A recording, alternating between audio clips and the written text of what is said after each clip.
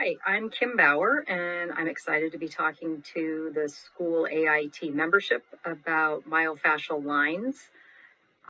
First of all, to talk a little bit about fascial lines, kind of the one who's sort of attributed to coming up with this information is Thomas Myers, who is a human body worker. He's a rolfer, does structural integration, and he wrote a book called Anatomy Trains, which shows the paths of a number of different lines. There's 12 of them that were found through dissection in humans. And then what happened is there are some veterinarians in Denmark who decided to set out and see if they could find similar lines in horses. And they're now actually doing dogs as well, but started out with horses. And so they're the ones that came up with the equivalent to the human lines in horses. And there's a fair amount of similarity, but obviously some differences because of being quadrupeds versus bipeds. The dorsal line, and this is superficial dorsal, means anything above the axial skeleton, okay? And then the blue one, the superficial ventral, is anything below the axial skeleton. And when the Danish veterinarians did their dissections, they actually started at the feet. So these lines start back here and they go cranially. So you can see how a hoof is trimmed, like if they have underrun heels or long toes, that can already start putting some pressure on these particular lines.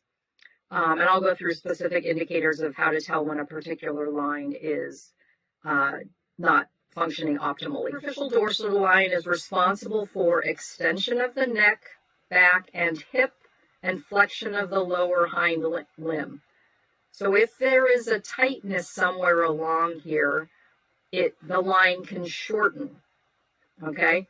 So we see this a lot in horses where their back hollows out, head goes up, and then they can't reach under with their hind legs.